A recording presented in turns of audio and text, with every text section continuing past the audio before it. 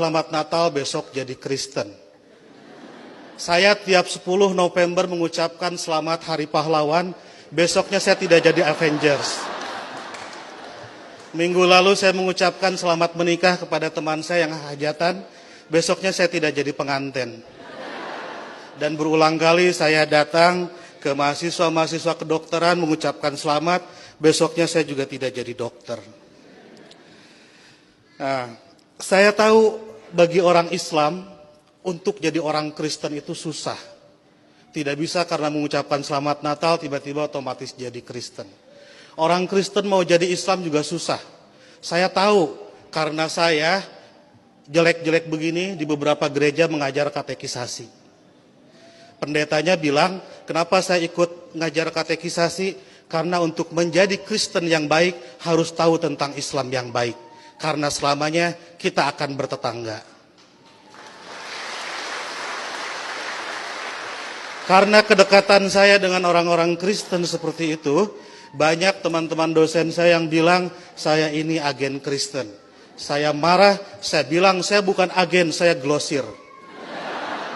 Karena agen itu produknya cuma sedikit. Nah, jadi kata Pak Pendeta, kenapa saya diundang katekisasi? Agar orang-orang Kristen tahu tentang Islam. Dan sebaliknya orang Islam juga seharusnya tahu tentang Kristen. Karena ke depan kita akan terus-menerus bertetangga. Sebagai sesama tetangga, wajar dong kalau orang tetangga sedang bergembira, saya ikut bergembira. Itulah makna ucapan selamat Natal. Saya turut bergembira terhadap saudara-saudara yang sedang bergembira di hari Natal ini. Masa nggak boleh? Itu seperti kalau ada teman saya ulang tahun, saya mengucapkan selamat ulang tahun karena dia sedang berbahagia. Dan apakah dia betul hari itu lahir, tanggal itu lahir, tahun itu lahir, saya nggak tahu karena saya tidak pernah ngecek akte kelahirannya. Kan tidak lucu, Bu. Kalau kita mau, ayo kita nyanyikan happy birthday, tapi tolong berkas-berkas aktenya lihat dulu. Itu keburu kehilangan mood. Jadi soal berbagi kebahagiaan itu tidak harus terlalu prosedural. Nah, lebih dari itu, saya menganggap orang-orang Kristen itu partner saya, mitra saya dalam melakukan kebaikan. Saya harus mendorong sebagai dai, sebagai pendakwah dalam Islam, saya harus mendorong orang Islam soleh, baik, taat dalam keislamannya. Dan saya juga harus mendorong orang-orang Kristen baik, soleh, taat dalam kekristenannya. Karena kalau masing-masing baik, tidak akan ada terjadi konflik. Jadi saya harus mendorong orang Kristen, harus mendorong orang Kristen agar baik dalam kekristenannya, karena kalau orang Kristen di sekitar saya jahat, saya pasti korbannya. Dan Bapak Ibu juga harus mendorong saya dan teman-teman Muslim menjadi Muslim yang baik, karena kalau saya jadi copet, Ibu Bapak jadi korbannya.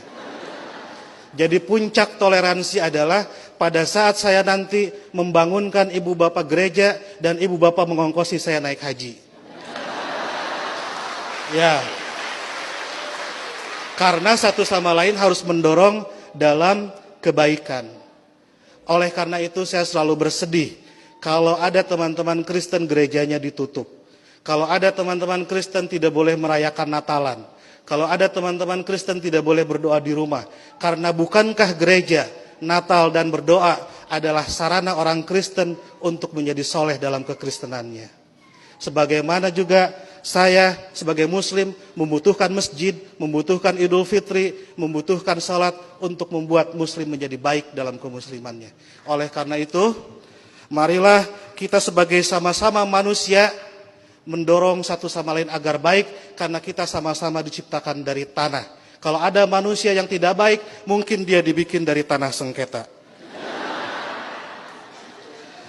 Lebih dari itu, saya melihat kelahiran Kristus adalah berkah tidak hanya bagi orang Kristen, tapi juga untuk dunia. Karena dengan lahirnya Kristus, 3 miliar penduduk dunia menjadi beragama Kristen dan lebih berpotensi melakukan kebaikan dalam kekristenan itu. Dan Ibu Bapak harus juga mensyukuri kelahiran Nabi Muhammad, karena dengan lahirnya Nabi Muhammad, 2,5 miliar penduduk dunia menjadi Islam dan lebih berpeluang berbuat baik dalam keislamannya. Jadi Kristus dan Muhammad adalah mitra yang kita semua harus meneruskan itu. Saya kira yang